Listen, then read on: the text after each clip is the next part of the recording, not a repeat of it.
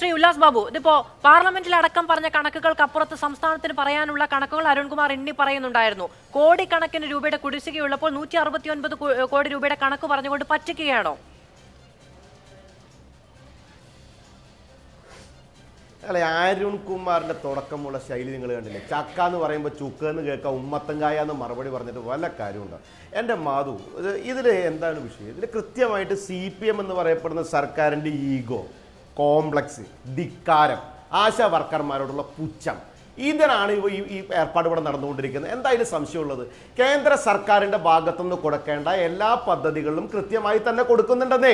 അത് വഴിമാറ്റി ചെലവഴിച്ച് നശിപ്പിക്കുന്നതിന്റെ ഒരു ഈറ്റില്ലമായിട്ട് കേരളത്തിന്റെ സർക്കാർ മാറി എന്നുള്ളത്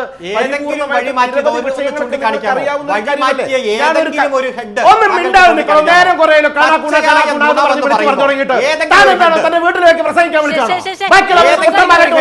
ആളുകൾ കാണുന്ന ചർച്ചയാണ്. ഇങ്ങനെയൊന്നും സംസാരിക്കരുത്. നീ സംസാരിക്കുമ്പോ ഞാൻ സംസാരിച്ചിരുന്നോ? വൃത്തികേട് ചൂണ്ടിക്കാണിക്കാൻ കഴിയുമോ?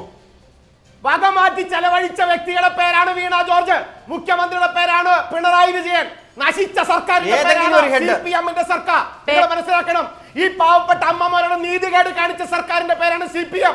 നിങ്ങൾ പറഞ്ഞില്ലേ വാഗ്ദാനം കൊടുത്താൽ വയറ് നിറയില്ലെന്ന്? പിന്നെ എന്തിന്റെ അടിസ്ഥാനത്തിലായിരുന്നു വാഗ്ദാനം കൊടുത്തത്?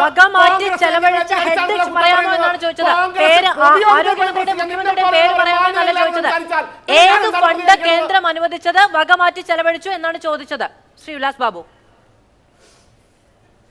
ഏത് ഫണ്ടാണ് വകമാറ്റി ചെലവഴിക്കാത്തത്? 35% മാത്രം ഡെവലപ്മെന്റ് ഉണ്ടാക്കിയത് എന്തിന്റെ അടിസ്ഥാനത്തിലാണ്? ബാക്കിയുള്ള പൈസയുടെ കണക്ക് ഇത്ര കാലമായി കൊടുക്കാതിരുന്നതിന്റെ അടിസ്ഥാനത്തിലാണ്. എന്തിന്റെ പേരിലാണ് 70 വയസ്സ് കഴിഞ്ഞ അമ്മമാർക്കും അച്ഛന്മാർക്കും കിട്ടുന്ന ആരോഗ്യ ഇൻഷുറൻസ് പദ്ധതിയുടെ കരാറിൽ ഇവർ ഒപ്പിടാത്തത്? എന്തിന്റെ അടിസ്ഥാനത്തിലാണ് പ്രധാനമന്ത്രി ആവാസ് യോജനയിൽ ഇവർ ഒപ്പിടാത്തത്? രണ്ടാം ഘട്ടത്തിൽ ഒപ്പിടാത്തത് എന്തടിസ്ഥാനത്തിലാണ്? കേന്ദ്ര സർക്കാർ പൂർത്തിയാവുകയാണ്. ചെലവഴിച്ച പണത്തിന്റെ കണക്കോ തെളിവോ കൊടുത്തിട്ടില്ല എന്ന് JP നദ്ദ പാർലമെന്റിൽ പറഞ്ഞതാണ്. അതിനെതിരെ അവകാശ ലംഘനത്തിന് നോട്ടീസ് കൊടുക്കുമോ MP-മാർ എന്നുള്ളത് കണ്ടറിയേണ്ടതാണ്. 35 ദിവസം പൂർത്തിയാവുകയാണ് ആശാവർക്കർമാരുടെ സമരം. അത് നാളെ സർക്കാർ ഒരു സമ്മർദ്ദതന്ത്രം മുന്നോട്ട് വെക്കുന്നുണ്ട്. അതിനെ അതിജീവിക്കാൻ സമരത്തിന് കഴിയുമോ എന്നുള്ളതടക്കം കണ്ടറിയേണ്ടതുണ്ട്. വളരെ